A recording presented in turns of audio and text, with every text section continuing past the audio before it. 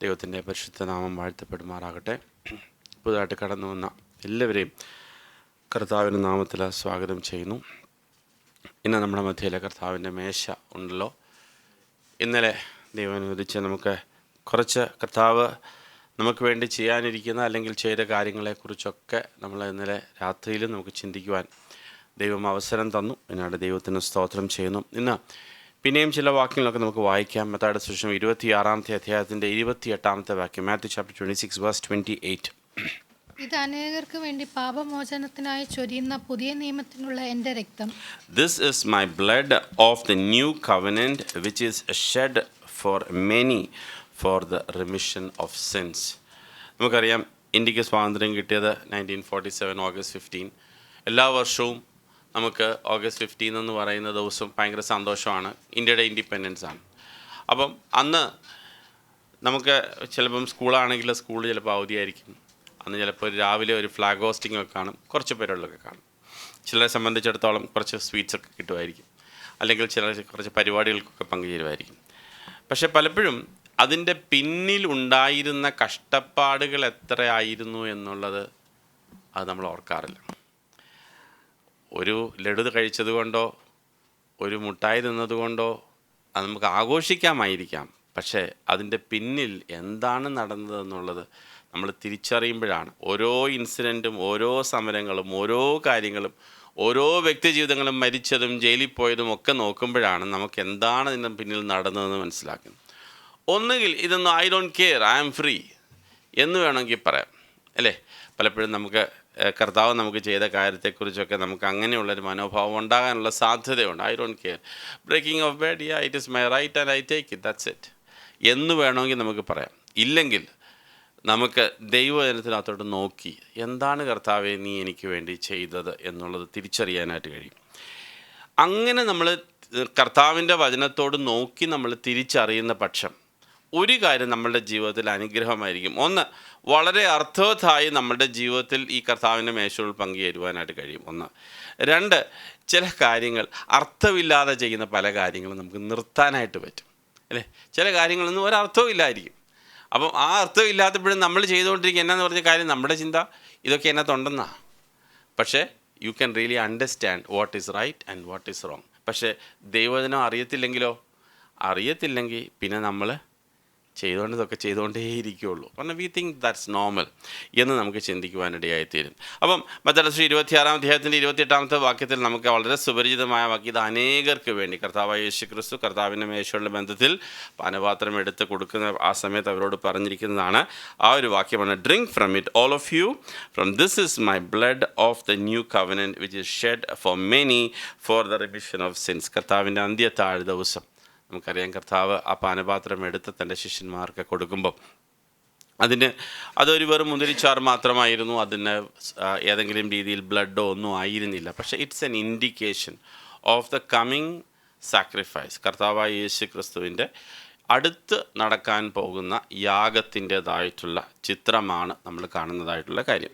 അപ്പോൾ അതാണ് കർത്താവായ യേശു ക്രിസ്തു ഹിൻഡ് ചെയ്യുന്നൊരു കാര്യം. അവിടെ രണ്ട് കാര്യമാണ് പ്രത്യേകിച്ച് നമുക്ക് മനസ്സിലാക്കാനുള്ളത്. ഒന്ന്, അവിടെ എഴുതിയിരിക്കുന്നത് this is four the remission of since, പാപത്തിൻ്റെ പരിഹാരത്തിനാണ് എന്നുള്ളത്. അത് നമുക്ക് നന്നായിട്ട് അറിയാം, അല്ലേ? പാപത്തിൻ്റെ കർത്താവായ യേശു ക്രിസ്തു എന്തിനാണ് മരിച്ചതെന്ന് കൊച്ചു പിള്ളേരോട് ചോദിച്ചാൽ പറയും, എൻ്റെ പാപത്തിൻ്റെ പരിഹാരത്തിനായി, എൻ്റെ പാപക്ഷമയ്ക്ക് വേണ്ടി കർത്താവായ യേശു ക്രിസ്തു മരിച്ചു. അവൻ്റെ രക്തത്താൽ കഴുകൽ പ്രാപിച്ചത് കൊണ്ട് ഞാൻ ഇന്ന് പ്രാഗൽഭ്യത്തോടെ ആയിരിക്കുന്നു. സ്തോത്രം. അതിൻ്റെ കൂട്ടത്തിൽ കർത്താവ് ഒരു വാക്കും കൂടെ ചേർത്തു. എന്താണ് ആ വാക്ക്?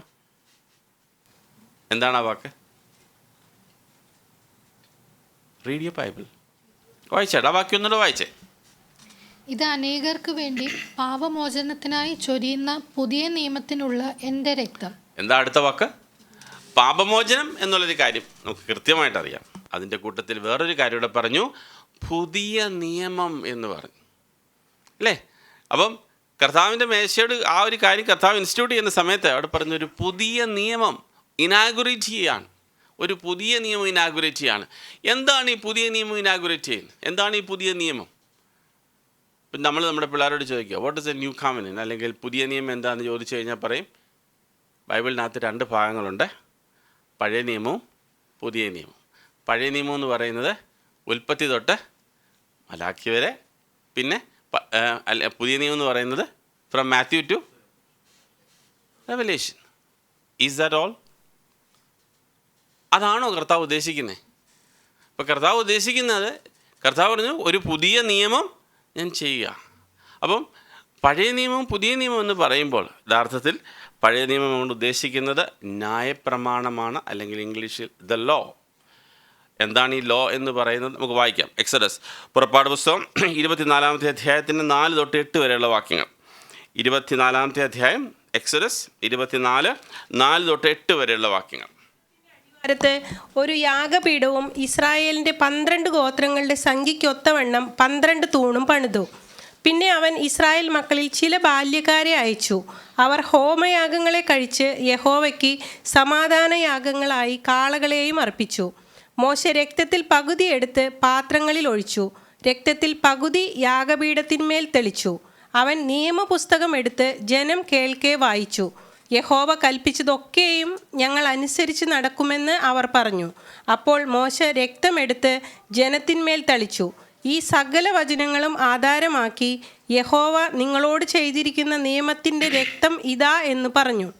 അനന്തരം മോശയും അഹ്റോനും നാദാബും അബീബും. അപ്പം ഇവിടെ കാണുന്നത് മോശ തനിക്ക് ദൈവം കാണിച്ചു കൊടുത്ത എല്ലാ കൽപ്പനകളും എന്ന് പറഞ്ഞാൽ കുറച്ച് പുറകോട്ട് നമ്മൾ നോക്കുമ്പോൾ നമുക്ക് കാണുന്ന 10 കൽപ്പന ഉൾപ്പെടെ അതിൻ്റെ ഉപകൽപ്പനയും കൂടെ ചേർന്ന് ഏകദേശം ഒരു 600-ൽ പരം കൽപ്പനകൾ ചേർത്ത് ഒരു ബുക്കിൽ എഴുതി.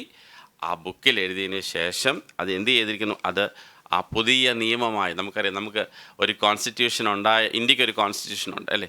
അതേപോലെ നമ്മൾക്കിനി എങ്ങനെയാണ് മുമ്പോട്ട് പോകേണ്ടത് എന്ന് ഈ കൊടുത്ത ഡീറ്റെയിൽ ആയിട്ടുള്ളൊരു കവനൻ്റ് അവർക്ക് കൊടുക്കുകയാണ്.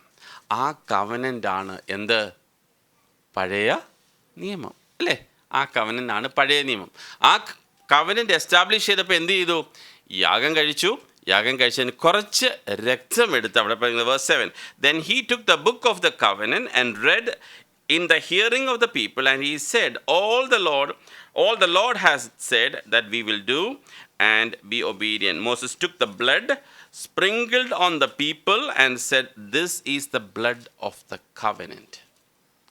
പഴയ നിയമം എസ്റ്റാബ്ലിഷ് ചെയ്യാണ്. This is the blood of the covenant.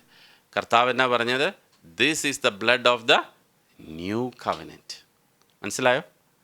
അപ്പം മോശ പഴയ നിയമം ആ ഒരു കാര്യം ഇൻസ്റ്റിറ്റ്യൂട്ട് ചെയ്തപ്പോൾ ആട്ടുകൊറ്റന്മാരുടെ രക്തമെടുത്ത്, അല്ലെങ്കിൽ കാളക്കുട്ടിയുടെ രക്തമെടുത്ത് അവിടെ ഇതിനെ ഉറപ്പിച്ചപ്പോൾ കർത്താവായ യേശു ക്രിസ്തു ഉറപ്പിക്കുന്നത് എങ്ങനെയാണ്? തൻ്റെ രക്തം കൊടുത്ത് ഉറപ്പിക്കുകയാണ്. റൈറ്റ്? അപ്പം ഇത് 2 നിയമം. അപ്പം എന്തിനാണ് കർത്താവെ ഈ പഴയ നിയമം ഉണ്ടായിരുന്നു, വലിയ കുഴപ്പമൊന്നുമില്ലായിരുന്നു, പിന്നെ എന്തിനാണ് ഈ പുതിയ നിയമം കൊണ്ടുവന്നു? ഞാനൊരു വ്യക്തിയോട് സംസാരിച്ച് പറഞ്ഞു, കർത്താവ് വിചാരിച്ചു ആദ്യം നമ്മൾക്ക് ഈ പതിപ്പ് 1, പതിപ്പ് 2 എന്നിങ്ങനെ വരുമല്ലോ. ആദ്യത്തെ പഴുതിപ്പ് എഴുതിയതിനകത്ത് കുറച്ച് പ്രശ്നം ഉണ്ടായിരുന്നു. അപ്പോൾ അത് കറക്റ്റ് ചെയ്യാൻ 2ാമത്തെ പതിപ്പ്, അല്ലെങ്കിൽ ദൈവത്തിന് മാനസാന്തരം വന്നോ, അല്ലെങ്കിൽ ദൈവത്തിന് അറിയാതായിരുന്നോ? അല്ല, അതുകൊണ്ടല്ല. ദൈവത്തിന് അറിയാമായിരുന്നു ഈ കാര്യങ്ങളൊക്കെ. ഇത് അനുസരിക്കാൻ കഴിയത്തില്ലെന്നും ഈ നിയമങ്ങൾ അപ്പാടെ കൊടുത്തപ്പോഴും കർത്താവിന് അറിയാമായിരുന്നു ഇത് വളരെ കഠിനമായ നിയമങ്ങളാണ്, ഇത് അനുസരിക്കാൻ അത്ര എളുപ്പമുള്ള കാര്യമില്ല. വളരെ സാധാരണമായിട്ട് 21 എക്സഡസ് 21 15-ാമത്തെ വാക്യം ഒന്ന് വായിച്ച് വേഗം നമുക്ക് just to understand the sequence of that. 21-15. അപ്പനെയോ അമ്മയെയോ അടിക്കുന്നവൻ മരണശിക്ഷ അനുഭവിക്കണം. ഒരു അപ്പനെയോ അമ്മയ്ക്കോ ഒരു അടി കൊടുത്താൽ മതി, എന്ത് കിട്ടണം? മരണശിക്ഷ. അപ്പം സീരിയസ്നെസ് മനസ്സിലാകണം. ഇപ്പം നമ്മൾ അപ്പനെ അടിക്കുകയും കൊല്ലുകയൊക്കെ ചെയ്യുന്ന ഒത്തിരി പേരെ നമ്മൾ കാണുന്നുണ്ട്. ഒരു കാര്യമാണ്, ദാക്ഷിണ്യവും ഇല്ല, അപ്പനെയോ അമ്മയോ അടിക്കുക. അപ്പം that is A seriousness how it was. മരണം വളരെ ഇമിനൻ്റ് ആയിരുന്നു. ഏതൊരു ചെറിയ കാര്യത്തിനും മരണം പോസിബിളാണ്. അങ്ങനെ കാര്യങ്ങളുള്ള ഒരു നിയമമായിരുന്നു ആ സമയത്തുണ്ടായിരുന്നത്. അപ്പോൾ ആ കാലഘട്ടത്തിൽ അങ്ങനെയൊരു നിയമം അന്ന് ചുറ്റുപാടും ആർക്കുമില്ലായിരുന്നു. എന്നാൽ അവരുടെ മധ്യത്തിൽ അവർക്ക് ഒരു ഇനീഷ്യൽ റൗണ്ട് എന്നോണം അവർക്ക് ന്യായപ്രമാണം അവർക്ക് കൊടുത്തു. പക്ഷേ ആ ന്യായപ്രമാണം പോലും അവർക്ക് ചെയ്യുവാനായിട്ട് കഴിഞ്ഞില്ല. ഓരോ ന്യായപ്രമാണം ചെയ്യുമ്പോഴും അവർക്ക് മനസ്സിലായി പല കാര്യങ്ങളും ചെയ്തു, എന്നാൽ ചിലതിൽ അവർ തെറ്റി. പക്ഷേ ഇതിന് പാപപരിഹാരം വേണം. എന്താണ് പാപപരിഹാരം? അതിനവരെന്ത് ചെയ്യുന്നു? ഓരോ വർഷവും അവരെന്ത് ചെയ്യും? അവരൊരു യാഗം കഴിക്കും. എല്ലാ വർഷവും തൻ്റെ ആട്ടിൻകുട്ടികളെ കൊണ്ട് നമുക്ക് ഈ രണ്ടിൻ്റെ ഡിഫറൻസ് വായിക്കാനായിട്ട് വേഗം കുറച്ച് വാക്യങ്ങൾ വായിക്കാം. നമുക്ക് എല്ലാത്തിനോട് വായിക്കാൻ സമയമില്ല. എബ്രായ ലേഖനം 8-ാം അധ്യായം 9-ാം അധ്യായം 10-ാം അധ്യായം ഇത് വീട്ടിൽ ചെന്ന് ഡീറ്റെയിൽ ആയിട്ട് നമ്മൾ മെഡിറ്റേറ്റ് ചെയ്തിട്ടില്ലെങ്കിൽ നമ്മളത് വായിക്കണം. പക്ഷേ ഇത് എല്ലാ വാക്യങ്ങളും നമുക്ക് ഈ ഒരു 10-15 മിനിറ്റ് കൊണ്ട് നമുക്ക് തീരത്തില്ല. നമുക്ക് വേഗം 1-2 മാത്രം നമുക്ക് നോക്കി പോകാം. അവിടെ പറഞ്ഞിരിക്കുന്ന ഈ 3 അധ്യായങ്ങളും നമ്മൾ വായിക്കുമ്പോൾ നമുക്കൊരു കാര്യം മനസ്സിലാകും. പഴയ നിയമത്തിനും പുതിയ നിയമത്തിനും എന്തുകൊണ്ടായിരുന്നു പഴയ നിയമം മാറ്റേണ്ട വന്നത്, എന്തുകൊണ്ടായിരുന്നു പുതിയ നിയമം കർത്താവ് തന്നതെന്ന് ഈ 3 അധ്യായങ്ങൾ നമുക്ക് വായിക്കുമ്പോൾ ക്ലിയർ ആവും. അത് വളരെ സിമ്പിളായിട്ടാണ് എഴുതിയിരിക്കുന്നത്, വായിക്കാനായിട്ട് ഒരു ബുദ്ധിമുട്ടില്ല. 8-ാമത്തെ വാക്യം 10-ാമത്തെ വാക്യം ചെയ്തേ 10-ാമത്തെ വാക്യം 8-ാമത്തെ വാക്യം വേഴ്സ് 8. എന്നാൽ അവൻ അവരെ ആക്ഷേപിച്ചുകൊണ്ട് അരുളി ചെയ്യുന്നത്, ഞാൻ ഇസ്രായേൽ ഗൃഹത്തോടും യഹൂദ ഗൃഹത്തോടും പുതിയൊരു നിയമം ചെയ്യുന്ന കാലം വരും എന്ന് കർത്താവിന്റെ പഴയ നിയമ പ്രവചനമാണ്. ഇത് പഴയ നിയമ പ്രവചനമാണ്. യെരമ്യാവിനോടും യെസക്കേലിനോടും ഒക്കെ പറയുന്ന പ്രവചനങ്ങളുടെ ഭാഗമാണ്. അപ്പം ആ പ്രവചന ഭാഗം, അതുകൊണ്ടാണ് ഞാൻ പറഞ്ഞത് കർത്താവിന് പെട്ടെന്ന് തോന്നിയൊന്നുമല്ല, ഇത് വരാൻ പോകുന്നതെന്ന് തന്നെ അറിയാം. നേരത്തെ തന്നെ പറഞ്ഞു കൊടുത്തതാണ്, പുതിയൊരു നിയമം ഞാൻ ചെയ്യാൻ പോകുന്നു. എന്നാൽ 7-ാമത്തെ വാക്യം വായിക്കുമ്പോൾ 7-ാമത്തെ വാക്യം 8-7, ഒന്നാമത്തെ നിയമം കുറവില്ലാത്തതായിരുന്നു എങ്കിൽ രണ്ടാമത്തേതിന് ഇടം അന്വേഷിക്കുകയില്ലായിരുന്നു. അപ്പോൾ ഒന്നാമത്തെ നിയമത്തിന് ചില കുറവുകളുണ്ട്. അതുകൊണ്ടാണ് രണ്ടാമത്തെ ഒരു നിയമം കർത്താവായ യേശു ക്രിസ്തു കർത്താവിൻ്റെ രക്തത്താൽ തരുന്നത്. 9-ാം അധ്യായത്തിൻ്റെ 9-ാമത്തെ വാക്യം, ചാപ്റ്റർ 9 വേഴ്സ് 9. ആ കൂടാരം ഈ കാലത്തേക്ക് ഒരു സാദൃശ്യമത്രേ. അതിന് ഒത്തവണ്ണം ആരാധനക്കാരന് മനസാക്ഷിയിൽ പൂർണ്ണ സമാധാനം വരുത്തുവാൻ കഴിയാത്ത വഴിപാടും യാഗവും അർപ്പിച്ചു പോരുന്നു. അപ്പം ഒരു കാര്യം, പഴയ നിയമത്തിൻ്റെ യാഗങ്ങൾ എന്ന് പറയുന്നതെല്ലാം എക്സ്റ്റേണലി കാര്യങ്ങൾക്കൊക്കെ വ്യത്യാസം ഉണ്ടാവും. എക്സ്റ്റേണലി കാണുമ്പോൾ ഭയങ്കര വ്യത്യാസമാണ്. നമുക്കറിയാം, പല പഴയ നിയമ ആരാധനകളോട് നമ്മൾ നോക്കുമ്പോൾ അവിടെ ചെല്ലുമ്പോൾ തന്നെ നമുക്ക് രക്തത്തിൻ്റെ മണമുണ്ട്, അവിടെ തന്നെ കുന്തിരിക്കത്തിൻ്റെ മണമുണ്ട്, ഒത്തിരി കാര്യങ്ങൾ അവിടെ നമുക്ക് feel externally lot of things. പക്ഷെ ഉള്ളിൻ്റെ ഉള്ളിൽ മനസ്സാക്ഷിക്ക് ഒരു വ്യത്യാസം ഉണ്ടാകുന്നില്ല. അപ്പം ഇത് എക്സ്റ്റേണലി മാത്രം ഉണ്ടാകുന്ന ഒരു കാര്യമാണ് എന്നവിടെ പറഞ്ഞു. എന്നിട്ട് പറഞ്ഞിരിക്കുന്നു, ഇറ്റ് ഈസ് എൻ ഏർത്ത്ലി. അന്ന് ചെയ്ത എല്ലാ ആരാധനകളും നമുക്കറിയാം, സമാഗമന കൂടാരത്തിൽ കർത്താവ് കൊടുത്ത ആ മാതൃക വെച്ചിട്ടാണ് മോശ പണിത്. അവിടെ അതിവിശുദ്ധ സ്ഥലത്തും ഉണ്ടായിരിക്കുമ്പോഴും അവിടെ പറയുന്ന അത് ഏർത്ത്ലി ആയിരുന്നു.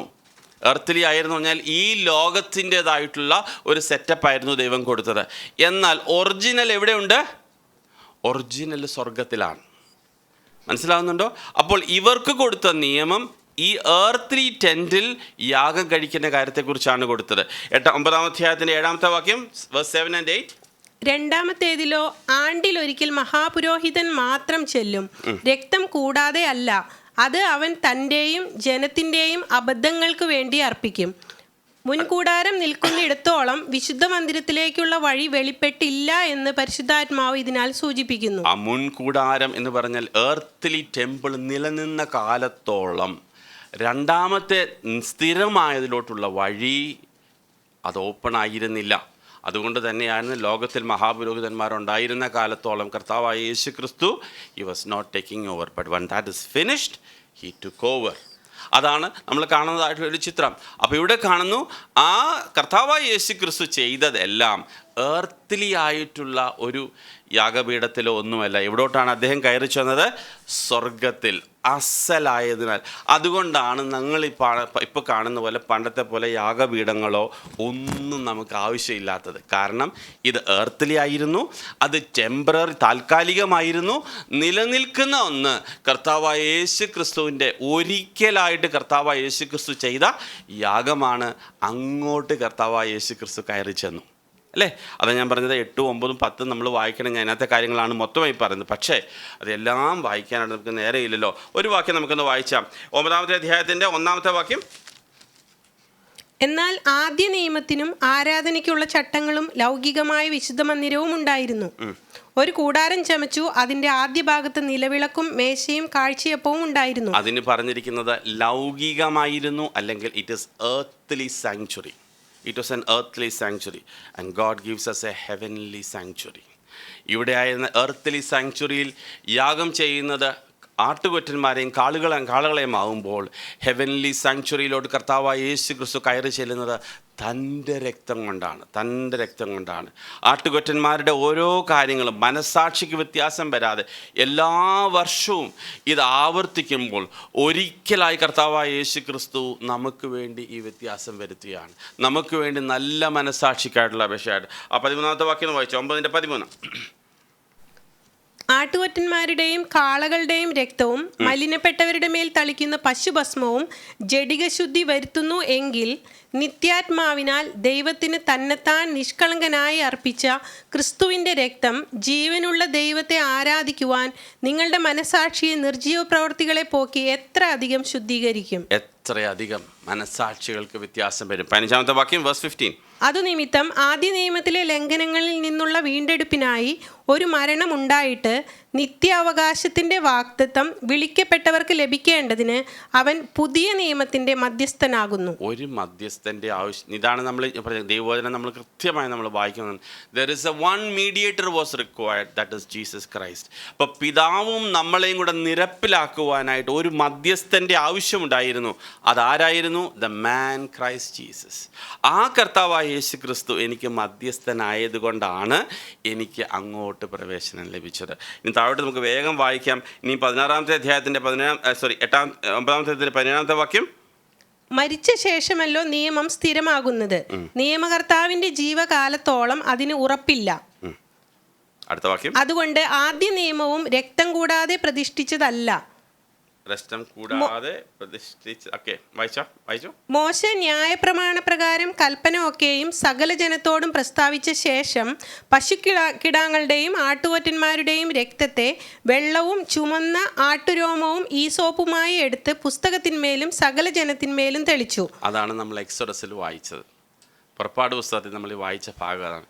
അതുകൊണ്ട് ഇവിടെ വിശേഷമായിട്ട് പറയണ പുതിയ നിയമം കർത്താവായ യേശു ക്രിസ്തു 9-ാമത്തെ അധ്യായത്തിൻ്റെ 23. Therefore it was necessary. 23-ാമത്തെ വാക്യം. ആകയാൽ സ്വർഗത്തിലുള്ളവയുടെ പ്രതിബിംബങ്ങളെ ഈ വകയാൽ ശുദ്ധമാക്കുന്നത് ആവശ്യം, സ്വർഗീയമായവയ്ക്കോ ഇവയേക്കാൾ നല്ല യാഗങ്ങൾ ആവശ്യം. അപ്പോൾ ഇപ്പോൾ ശുദ്ധീകരിക്കുന്നത് എർത്തിലി ആയിട്ടുള്ള ഏതെങ്കിലും കാര്യങ്ങൾ കൊണ്ടല്ല, സ്വർഗീയമായ ആ സാങ്ച്വറിയെ ശുദ്ധീകരിക്കുന്നത് ഇപ്പോൾ എന്തുകൊണ്ടാണ്? കർത്താവായ യേശു ക്രിസ്തുവിൻ്റെ രക്തം കൊണ്ടാണ്. അപ്പോൾ ആ രക്തം. അടുത്ത വാക്യം, നെക്സ്റ്റ് വൺ. ക്രിസ്തു വാസ്തവമായതിൻ്റെ പ്രതിബിംബമായി കൈപ്പണിയായ വിശുദ്ധ മന്ദിരത്തിലേക്കല്ല, ഇപ്പോൾ നമുക്ക് വേണ്ടി ദൈവസന്നിധിയിൽ പ്രത്യക്ഷനാകുവാൻ സ്വർഗത്തിലേക്കത്രേ പ്രവേശിച്ചത്. Praise God. ഇപ്പോൾ നമുക്ക് വേണ്ടി പിതാവിൻ്റെ വലത്തുഭാഗത്തിരുന്ന് മധ്യസ്ഥ ചെയ്യുന്ന കർത്താവായ യേശു ക്രിസ്തു, ഈ കർത്താവ് യാഗപീഠത്തിലേക്ക് കയറിയത് ഇവിടുത്തെ ഏതെങ്കിലും യെരുശലേമിലെ ഒരു ദേവാലയത്തിലായിരുന്നില്ല. പക്ഷേ കർത്താവ് യാഗപീഠത്തിലോട്ട് അവിടെ യാഗം അർപ്പിച്ചത് സ്വർഗീയ സാങ്ച്വറിയിലാണ് എന്ന് പറഞ്ഞു. അതുകൊണ്ട് ഇനിയും നമുക്കൊരു റെപ്പറ്റീഷൻ്റെ ആവശ്യമില്ല. അടുത്ത വാക്യം, നെക്സ്റ്റ് വേഴ്സ്. മഹാപുരോഹിതൻ ആണ്ടുതോറും അന്യരക്തത്തോടുകൂടെ വിശുദ്ധ മന്ദിരത്തിൽ പ്രവേശിക്കുന്നത് പോലെ അവൻ തന്നെത്താൻ കൂടെ കൂടെ അർപ്പിക്കുവാൻ ആവശ്യമില്ല. അതുകൊണ്ട് നമുക്കിനി എല്ലാ വർഷവും ഒരു റെപ്പറ്റീഷൻ ആവശ്യമില്ല. അതുകൊണ്ട് നമ്മളിനി യാഗം ചെയ്യേണ്ട ആവശ്യമില്ല. അതുകൊണ്ട് തന്നെ ഇത് ഓർമ്മയ്ക്ക് മാത്രമേ നമ്മൾ ചെയ്യത്തുള്ളൂ. യാഗം ഒന്നേ ഉള്ളൂ, അതൊന്ന് കഴിഞ്ഞു. കർത്താവായ യേശു ക്രിസ്തുവിൻ്റെ ഇനി ഒരു യാഗത്തിൻ്റെ ആവശ്യമില്ല. അടുത്ത വാക്യം. അങ്ങനെയായാൽ ലോകസ്ഥാപനം മുതൽക്ക് അവൻ പലപ്പോഴും കഷ്ടമനുഭവിക്കേണ്ടിയിരുന്നു. എന്നാൽ അവൻ ലോകാവസാനത്തിൽ സ്വന്തം യാഗം കൊണ്ട് പാപപരിഹാരം വരുത്തുവാൻ ഒരിക്കൽ പ്രത്യക്ഷനായി, ഒരിക്കൽ മരിക്കുകയും പിന്നെ ന്യായവിധിയും മനുഷ്യർക്ക് നിയമിച്ചിരിക്കുകയാൽ ക്രിസ്തുവും അങ്ങനെ തന്നെ അനേകരുടെ പാപങ്ങളെ ചുമക്കുവാൻ ഒരിക്കൽ അർപ്പിക്കപ്പെട്ടു. തനിക്കായി കാത്തു നിൽക്കുന്നവരുടെ രക്ഷയ്ക്കായി അവൻ പാപം കൂടാതെ രണ്ടാമത് പ്രത്യക്ഷനാകും. Praise God. ഇതെല്ലാം ഞാൻ പറയുമ്പോഴും ഞാൻ ഈ മുമ്പേ പറഞ്ഞതുപോലെ നമുക്ക് സ്വാതന്ത്ര്യം കിട്ടിയില്ലേ, നമുക്കിതിൻ്റെ ഡീറ്റെയിലുകളൊന്നും അറിയേണ്ട വലിയ ആവശ്യമില്ലല്ലോ. ഞാൻ പറഞ്ഞല്ലോ, നമുക്ക് ഇത് അധ്യായത്തിലും ഡീറ്റെയിലൊക്കെ ആവശ്യമുണ്ടോ? നമുക്ക് ജസ്റ്റ് സ്വാതന്ത്ര്യം കിട്ടില്ല. നമുക്കതിൻ്റെ മനസ്സിലാകുമ്പോൾ കർത്താവ് നമുക്ക് വേണ്ടി എന്താണ് ചെയ്തത്. This is first thing about it. പക്ഷേ ഇതിൻ്റെ അപ്പുറത്തോട്ട് ചില മേജറായിട്ടുള്ള ചില ചേഞ്ചസ് ഉണ്ട്. എന്താണ് ചേഞ്ചസ് നമുക്ക് വായിക്കാം. 10-ാം അധ്യായത്തിൽ. Okay, let's read chapter 9. നിങ്ങളത് വേഗം വായിച്ചു പോകേണ്ട ഒരു പക്ഷെങ്കിൽ ശ്രദ്ധിച്ച് കാണുന്നത്. 8-ാം അധ്യായത്തിൽ വേഴ്സ് 10. ഈ കാലം കഴിഞ്ഞ ശേഷം ഞാൻ ഇസ്രായേൽ ഗൃഹത്തോട് ചെയ്യുവാനിരിക്കുന്ന നിയമം ഇങ്ങനെയാകുന്നു. ഞാൻ എൻ്റെ ന്യായപ്രമാണം അവരുടെ ഉള്ളിലാക്കി അവരുടെ ഹൃദയങ്ങളിൽ എഴുതും. ഞാൻ അവർക്ക് ദൈവമായും അവർ എനിക്ക് ജനമായും ഇരിക്കും. എന്താണ് വ്യത്യാസം? പഴയ നിയമത്തിൻ്റെയും പുതിയ നിയമത്തിൻ്റെയും വ്യത്യാസം എന്ന് പറഞ്ഞാൽ, പഴയ നിയമം എവിടെയാണ് എഴുതിയിരുന്നത്? കൽപ്പലകളിലല്ലേ? ഈ കർത്താവ് എഴുതി കൊടുത്ത കൽപ്പലകൾ, അതൊരു പക്ഷെങ്കിൽ വളരെ ലിമിറ്റഡ് സ്പേസ് ആയിരുന്നായിരിക്കാം. പക്ഷേ ബാക്കി എല്ലാ ഉപകൽപ്പനകളും ഒക്കെയും എഴുതിയിരുന്നത് പുറത്ത് ഒന്നുകിൽ കല്ലിലോ അല്ലെങ്കിൽ ഏതെങ്കിലും രേഖകളിലോ ആയിരുന്നായിരിക്കാം. എന്നാൽ പുതിയ നിയമം എഴുതി തരുന്നത് എവിടെയാണ്? ഹൃദയത്തിൻ്റെ പലകകൾ. Praise the Lord. It's a big difference.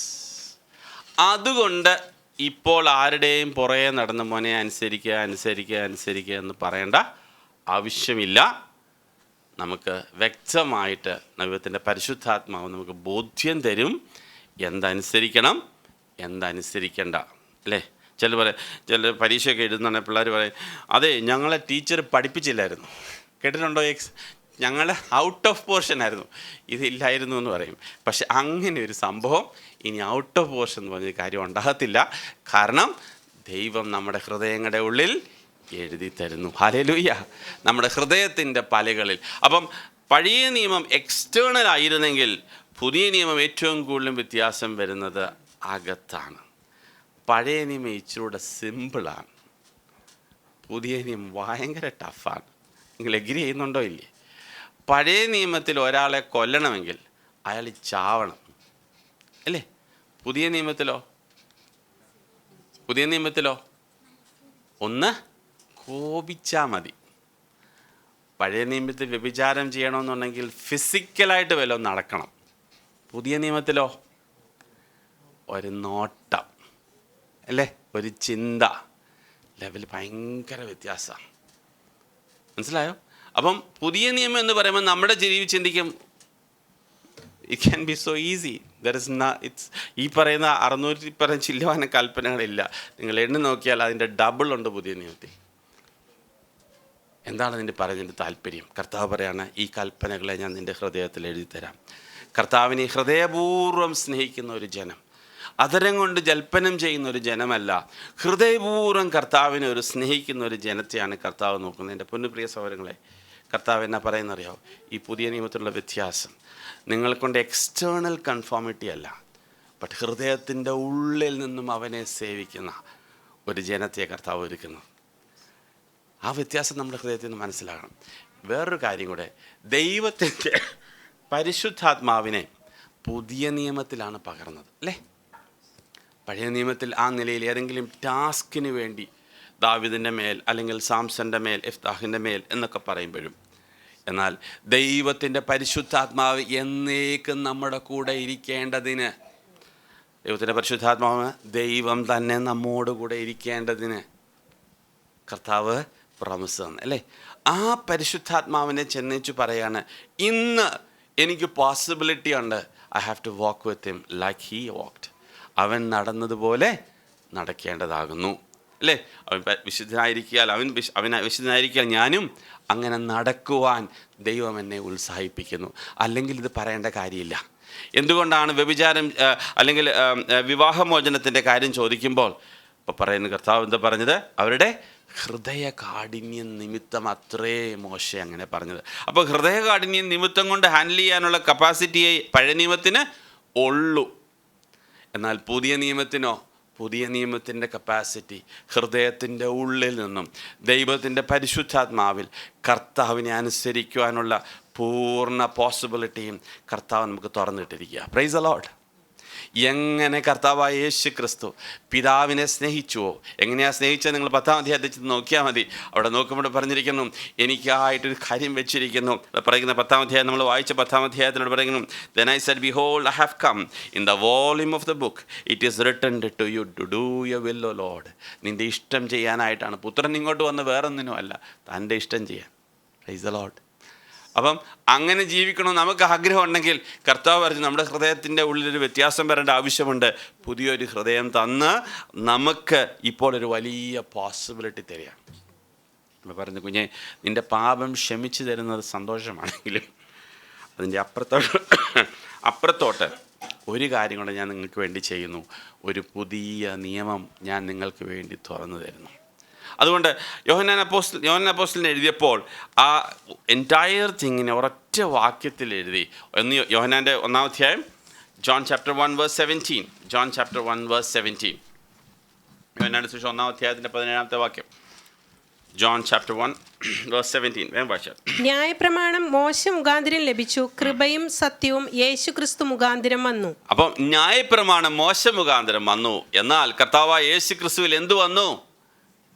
കൃപയും സത്യവും രണ്ടും. കൃപ എന്നുള്ള കാര്യം ശരിക്കും നമ്മൾ കാണുന്നത് പുതിയ നിയമത്തിലാണ്, അല്ലേ? കർത്താവിൻ്റെ കൃപ ലഭിച്ചു എന്ന് പറയുമ്പോൾ, കർത്താവിൽ നിന്നും കൃപ ലഭിച്ചു എന്ന് പറയുന്നത് നമ്മൾ കാണുന്നത് പുതിയ നിയമത്തിലാണ്. എന്നാൽ രണ്ട് കാര്യം അവിടെ കാണുന്നത്, the truth and grace. The truth and grace. We going to see two incidents. The Lord is done it in his personal life. കർത്താവ് നമ്മളോട് പറയണം, ലീവ് അലോൺ ദ തിയറി. ഇപ്പോൾ നിങ്ങൾ പറയണം 8, 9, 10 ഒക്കെ ഭയങ്കര പ്രയാസമാണ്, ബുദ്ധിമുട്ടാണ്, എബ്രായ ലേഖനം ഭയങ്കര ടഫാണ്. Okay, don't read it, it's okay. But you have no excuse but obey the Lord. കർത്താവിനെ അനുസരിക്കാനായിട്ടുള്ള ഒരു വലിയൊരു കോള് നമ്മുടെ ജീവിതത്തിലുണ്ട്. അതിന് എക്സ്ക്യൂസ് ഇല്ല കേട്ടോ. നമുക്ക് വേണമെങ്കിൽ പറയാം 8, 9 ഒക്കെ ഭയങ്കര കട്ടിയാ, ബുദ്ധിമുട്ടാണ്, എനിക്ക് പഴയ നിയമം അറിയത്തില്ല. Okay, that's fine. ബട്ട് ഈ പറയുന്ന കാര്യങ്ങൾ നമുക്ക് നോക്കാം. യോഹന്നാന്റെ സുവിശേഷം 8-ാം അധ്യായം, John chapter 8. John chapter 8 വളരെ ക്രിട്ടിക്കലായിട്ടുള്ളൊരു ഒരു ക്വസ്റ്റ്യനുമായിട്ട് കർത്താവിൻ്റെ സന്നിധി കൊണ്ട് ഒരു സ്ത്രീയെ പിടിച്ച്, വ്യഭിചാരത്തിൽ പിടിച്ച് ഒരു സ്ത്രീയെ പിടിച്ചു കൊണ്ടുവന്ന് കർത്താവിൻ്റെ മധ്യമുമ്പിൽ നിർത്തിയേച്ച് പറഞ്ഞു, മോശ ഞങ്ങളോട് ഇങ്ങനെ പറഞ്ഞിട്ടുണ്ട്, കൽപ്പന പ്രകാരം കല്ലെറിഞ്ഞ് കൊല്ലണമെന്ന് പറഞ്ഞു, എന്ത് ചെയ്യണം, താൻ എന്ത് പറയുന്നു, അല്ല ഗുരു എന്ത് പറയുന്നു എന്നുള്ളൊരു കാര്യം ചോദിച്ച് കർത്താവിനടുക്കെ കൊണ്ടു ചെന്നു. സംഭവം നമുക്കറിയാം. അവിടെ ചെന്ന് കഴിഞ്ഞിട്ട് കർത്താവ് എന്നെ പറഞ്ഞു നോക്കാം. കർത്താവ് പറഞ്ഞിരിക്കുന്നതാണ് 7-ാമത്തെ വാക്യം, verse 7. അവർ അവനോട് ചോദിച്ചുകൊണ്ടിരിക്കുമ്പോൾ അവൻ നിവർന്നു, നിങ്ങളിൽ പാപമില്ലാത്തവൻ അവളെ ഒന്നാമത് കല്ലെറിയട്ടെ എന്ന് അവരോട് പറഞ്ഞു. കർത്താവിന് കല്ലെറിയാനായിട്ടുള്ള എല്ലാ പോസിബിലിറ്റിയും കർത്താവിനുണ്ടായിരുന്നു, പക്ഷേ കർത്താവ് അത് ചെയ്തില്ല. മനസ്സിലായോ? കർത്താവ് അത് ചെയ്തില്ല. പ്രിയ സഹോദരങ്ങളെ, നമ്മളെ കല്ലെറിയുവാൻ യോഗ്യതയുള്ളൊരു വ്യക്തി ഉണ്ടെങ്കിൽ അത് കർത്താവാണ്. ആണോ അല്ലേ? ആണ്. കർത്താവ് അത് ചെയ്യുന്നില്ല. കൃപ. കർത്താവ് നമ്മളോട് കൃപ കാണിക്കുക. ഈ showing us grace, mercy, showing us mercy, കരുണ കാണിക്കുക. പറയാണ്, കുഞ്ഞെ ഞാൻ ഒന്നുകൂടെ ക്ഷമിച്ചു തരാം. അതുകൊണ്ടാണ് പല സമയത്തും 1 വർഷം കൊണ്ട് നിൽക്കട്ടെ എന്നൊക്കെ പറയുന്നതിൻ്റെ പല കാര്യവും അത് തന്നെയാണ്. കർത്താവിനെ പല ആവർത്തി കർത്താവിൻ്റെ വാക്കുകളൊക്കെ നമ്മൾ അങ്ങോട്ടും ഇങ്ങോട്ടും ഒക്കെ തള്ളിയിട്ടിട്ടും കർത്താവ് നമ്മുടെ ഹൃദയത്തോട് സ്നേഹത്തോടെ ഇടപെടുന്നതിന് കർത്താവ് ആദ്യം ആൾ കല്ലെറിയട്ടെ, അത് കഴിഞ്ഞിട്ട് പിന്നെ നമുക്ക് ബാക്കി നോക്കാം. കർത്താവിനറിയാം ആർക്കും ധൈര്യമില്ല. നമ്മൾ ഇന്നലെ വായിച്ച വാക്യത്തിലാണ്, എല്ലാവരും ഒരുപോലെ പാപത്തിൻ്റെ കീഴിൽ അടയ്ക്കപ്പെട്ടു. ആർക്കും കല്ലെറിയാൻ യോഗ്യതയില്ല, ആർക്കും ന്യായം വിധിക്കാൻ യോഗ്യതയില്ല. ഈ നിൽക്കുന്ന എനിക്കും നമുക്കാർക്കും യോഗ്യതയില്ല. എന്നാൽ യോഗ്യനായവൻ ഒരുത്തൻ മാത്രം, അത് കുഞ്ഞാടിന് മാത്രമേ മുദ്രകൾ പൊട്ടിക്കുവാൻ യോഗ്യതയുള്ളൂ. Praise the Lord. ആ കുഞ്ഞാട് പറയുകയാണ്, നിങ്ങളിൽ ആരെങ്കിലും യോഗ്യതയുണ്ടെങ്കിൽ കല്ലെറിയട്ടെ. കർത്താവിനറിയാം ആർക്കും യോഗ്യതയില്ല, ആരും എറിയത്തുമില്ല, എല്ലാവരും പോയി. ശരി, കൃപയല്ലേ? ആ സ്ത്രീ വിചാരിച്ചാണ് രക്ഷപ്പെട്ടു. രക്ഷപ്പെട്ടു. ഇങ്ങനത്തെ ഒരു കർത്താവ് ഉണ്ടെങ്കിൽ ഏത് വിഷയത്തിൽ നിന്നും നമുക്ക് രക്ഷപ്പെടാം. താട്ട് വായിച്ച 10-ാമത്തെ വാക്യം, verse 10. യേശു നിവർന്ന് അവളോട്, സ്ത്രീയെ, അവർ എവിടെ? നിനക്ക് ആരും ശിക്ഷ വിധിച്ചില്ലയോ എന്ന് ചോദിച്ചതിന്, ഇല്ല കർത്താവേ എന്ന് അവൾ പറഞ്ഞു. ഞാനും നിനക്ക് ശിക്ഷ വിധിക്കുന്നില്ല, പോകുക, ഇനി പാപം ചെയ്യരുത് എന്ന് യേശു പറഞ്ഞു. The command is that neither do I condemn you, go and sin no more. Grace is one side, truth is the other side. നിങ്ങളുടെ ജീവിതത്തിൽ ഒരു കാര്യം നിങ്ങൾ മനസ്സിലാക്കണം, you amplify only grace, then you are out of proportion. You amplify only truth, you are totally out of proportion. ലോകത്തിൽ law കൊണ്ടുവന്നപ്പോൾ there is truth in it, but there is no grace. കൃപയില്ലായിരുന്നു. ഒത്തിരി കാര്യങ്ങൾ അതിനകത്ത് സത്യമായിട്ടുണ്ടായിരുന്നു. പക്ഷേ ഇവിടെ കർത്താവായ യേശു ക്രിസ്തു വന്നപ്പോൾ നമ്മളോട് പറയുന്ന കുഞ്ഞെ കൃപയുണ്ട്. പക്ഷെ കൃപ എന്ന് പറഞ്ഞ് എല്ലാം നമ്മൾ ഒരു എക്സ്ക്യൂസായിട്ട് എടുക്കരുത്. കൃപ വേണം, കരുണ വേണം, കർത്താവിൻ്റെ സ്നേഹം വേണം, ഒക്കെ ശരിയാണ്. കുഞ്ഞെ, ഞാൻ നിന്നോടൊക്കിപ്പോൾ ക്ഷമിച്ചു തന്നിരിക്കുന്നു, പക്ഷെങ്കിൽ next time don't go in sin any more. ഇനിമേൽ നീ പാപം ചെയ്യരുത്. It was a command. Don't go and sin any more. And there are many places the Lord says, ഇതിലും വേഴ്സായിട്ട് സംഭവിക്കാതിരിക്കാൻ ഇനിമേൽ പാപം ചെയ്യരുത്. Praise the Lord. So that's a command. അപ്പം ഇത് രണ്ടും കർത്താവായ യേശു ക്രിസ്തുവിൽ നമുക്ക് കാണാനായിട്ട് കഴിയും. അപ്പം കർത്താവായ യേശു ക്രിസ്തു കർത്താവിൻ്റെ മേശയിൽ അതിൻ്റെ മുമ്പിൽ വന്നിരിക്കുമ്പോൾ ഇത് പറയുകയാണ്, ഞാൻ വന്നത് കൃപയും സത്യവുമായിട്ടാണ്. ഒരു എക്സാമ്പിളൂടെ യോഹന്നാന്റെ സുവിശേഷം 13-ാമത്തെ അധ്യായം. കർത്താവായ യേശു ക്രിസ്തു ശിഷ്യന്മാരുടെ മധ്യത്തിൽ കർത്താവിൻ്റെ ക്രൂശമരണത്തിലേക്ക് പോകുന്നതിന് തൊട്ട് മുമ്പാകെ ഒരു പാത്രത്തിനകത്ത് വെള്ളമെടുത്ത് തന്നെ അരയിൽ തോർത്ത് ചുറ്റി ചെന്നിട്ട് ഈ ഓരോ ശിഷ്യന്മാരുടെയും കാല് കഴുകുവാനെത്തുന്നു. വേഴ്സ് 5, 5-ാമത്തെ വാക്യം 13-ന്റെ.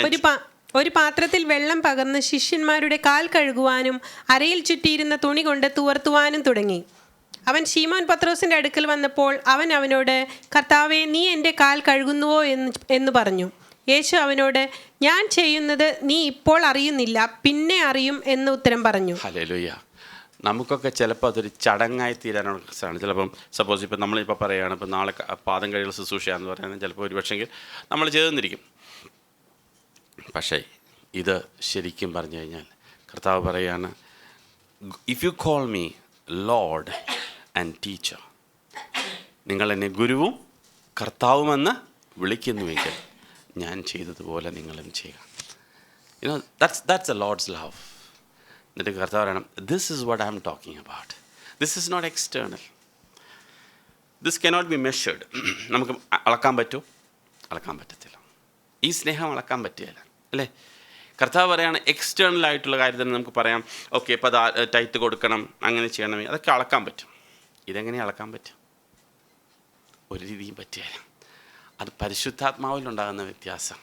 കർത്താവ് പറയണം, he's drawing it out to the apostles and all the apostles and അപ്പോസ്റ്റൽമാരെ, നിങ്ങൾ മുമ്പോട്ട് പോകുമ്പോൾ നിങ്ങളുടെ ഹൃദയത്തിൻ്റെ ഉള്ളിൽ ഈ ഒരു ചിന്ത ഉണ്ടാവണം. താഴോട്ട് വായിച്ചിട്ട് കർത്താവ് പറയുന്ന 10-ാമത്തെ വാക്യം. യേശു അവനോട്, കുളിച്ചിരിക്കുന്നവന് കാലല്ലാതെ കഴുകുവാൻ ആവശ്യമില്ല, അവൻ മുഴുവനും ശുദ്ധിയുള്ളവൻ. നിങ്ങൾ ശുദ്ധിയുള്ളവർ ആകുന്നു, എല്ലാവരും അല്ല താനും എന്ന് പറഞ്ഞു. തന്നെ കാണിച്ചു കൊടുക്കുന്നവനെ അറിഞ്ഞിരിക്കുക കൊണ്ടത്രേ എല്ലാവരും ശുദ്ധിയുള്ളവരല്ല എന്ന് പറഞ്ഞത്. ക്ലിയറാണ്. യൂദായുടെ കാല് കഴുകാൻ പോലും കർത്താവിന് മടിയില്ലായിരുന്നു. ഇവിടെയാണ് ദൈവം കഴിഞ്ഞ ചൊവ്വാഴ്ച നമ്മൾ കേൾപ്പിച്ച വചനമുണ്ട്, എനിക്ക് we have the mind of Christ. We have the mind of Christ. നമ്മൾ ദൈവത്തോട് ചോദിക്കേണ്ട ചോദ്യം, Lord, how far we are close for that? എത്ര അടുത്താണ് ആ ഒരു സ്റ്റേറ്റ്മെൻറ്റിൽ നമ്മൾ ഓരോരുത്തരും? അവസരം കിട്ടുമ്പം രണ്ട് പണി കൊടുക്കാം. ഞാൻ അന്നേ പറഞ്ഞ അത് തന്നെ സംഭവിച്ചു, അവൻ നന്നാവത്തില്ല, നമ്മളങ്ങനെ എഴുതി വെച്ചേക്കാം, അതിനിപ്പോൾ എന്താ ചെയ്തെന്ന് പറഞ്ഞാൽ അങ്ങനെ ഒത്തിരി കാര്യങ്ങൾ നമ്മുടെ ഹൃദയത്തിലുണ്ട്. ലോകം നമ്മളെ പഠിപ്പിച്ച ഒത്തിരി കാര്യങ്ങൾ.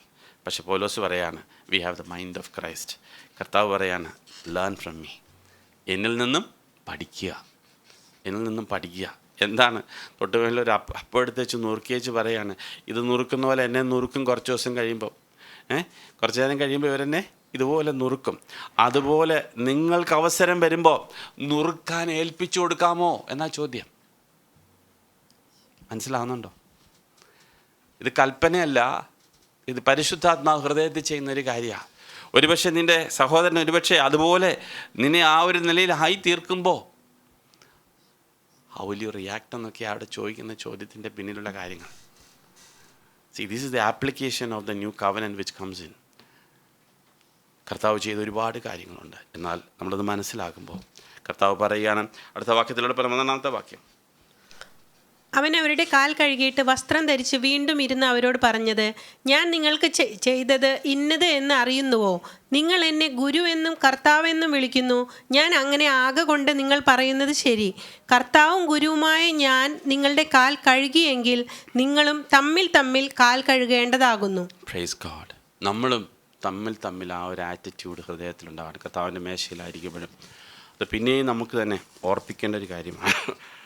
What kind of relationship we have among us? നമുക്ക് തമ്മിലുള്ള റിലേഷൻഷിപ്പ് എന്താണ്? കൊടുക്കൽ വാങ്ങൽ റിലേഷൻഷിപ്പാണോ? അവൻ എന്നെ സ്നേഹിക്കുന്നു, അവൻ എന്നെ വന്ന് കണ്ടു, എനിക്ക് അവൻ്റെ ഇത് തന്നു, അത് ഒരു ഇങ്ങോട്ട് കിട്ടിയാൽ അങ്ങോട്ട് കിട്ടുന്ന ഒരു സ്നേഹത്തെക്കുറിച്ചാണോ പറയുന്നത്? ചിലമ്പുന്ന ചെമ്പോ എന്ന് പറയുന്ന ആ ഒരു സ്നേഹമാണോ അതോ ക്രിസ്തുവിൻ്റെ സ്നേഹം? അതാണ് കർത്താവ് പറയുന്നത്. കർത്താവ് പറഞ്ഞിരിക്കുന്നത് ഞാനങ്ങനെ, നിങ്ങൾ ഗുരുവും കർത്താവുമായി പറഞ്ഞിരിക്കുന്നത് ഞാനങ്ങനെ ചെയ്തുവെങ്കിൽ then we say do this. ഞാൻ 100% ആയതുകൊണ്ടല്ല ഞാൻ ഈ പറയുന്നത്. It's a call for even for us. ഞാൻ പറഞ്ഞല്ലോ, ഞാൻ ഇവിടെ പ്രസംഗിക്കുന്ന എല്ലാ സഹോദരങ്ങളോടും നമ്മൾ പ്രസംഗിക്കുന്നത് നമ്മുടെ ഹൃദയത്തിൽ പ്രാർത്ഥനയെങ്കിലും ഉണ്ടാകണം. കർത്താവേ, I want to be so. കർത്താവെ, അങ്ങനെ ആകാൻ ആഗ്രഹിക്കുന്നു. ക്രിസ്തു അങ്ങനെയാണ്, അങ്ങനെയൊക്കെ ആയാൽ കൊള്ളാം എന്ന് പറയുന്നതിനകത്ത് വലിയ അർത്ഥമൊന്നുമില്ല. പക്ഷേ നമ്മുടെ ഹൃദയത്തിൽ നിന്നൊരു ആഗ്രഹം ഉണ്ടാകണം. കർത്താവേ, help me Lord. If I have an attitude in my heart, help me Lord to correct it.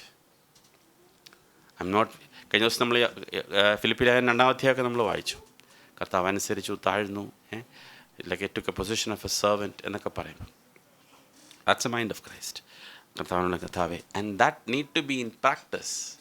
If it is not in practice, we are just speaking. ഇവിടെ കർത്താവ് എന്ന് പറഞ്ഞു. ഇനി വേഴ്സ് 17, 17-ാമത്തെ വാക്യം. ഇത് നിങ്ങൾ അറിയുന്നുവെങ്കിൽ ചെയ്താൽ ഭാഗ്യവാന്മാർ. ഇത് നിങ്ങൾ അറിയുന്നുവെങ്കിൽ ചെയ്താൽ ഭാഗ്യവാന്മാർ. മനസ്സിലായോ? അറിയുന്നതൊക്കെ നല്ല കാര്യം, ഈ പ്രസംഗമൊക്കെ നല്ല കാര്യം, പക്ഷേ ചെയ്താൽ ഭാഗ്യവാന്മാർ. ദൈവത്തിൽ പ്രാർത്ഥനയോടെ നമുക്കായിരിക്കും. കർത്താവേ, നമ്മുടെ ഹൃദയത്തിൻ്റെ ഉള്ളിൽ നിന്നും നമുക്ക് പ്രാർത്ഥന. കർത്താവ് പുതിയ നിയമത്തിൽ കർത്താവ് നമുക്ക് തന്ന ആ പുതിയ നിയമം ഒത്തിരി പ്രിവിലേജുകളുണ്ട്. Go and meditate on it and the Lord will really help you to really learn from him. കർത്താവെ, പുതിയ നിയമത്തിൽ പരിശുദ്ധാത്മാവ് നമ്മുടെ ഹൃദയങ്ങളിൽ ചെയ്യുന്ന ഒരുപാട് കാര്യങ്ങൾ കർത്താവ് നമുക്ക് വേണ്ടി ഉള്ളതാണ്. And take it from him. ദൈവം നമ്മളെ സഹായിക്കട്ടെ. ആമേൻ.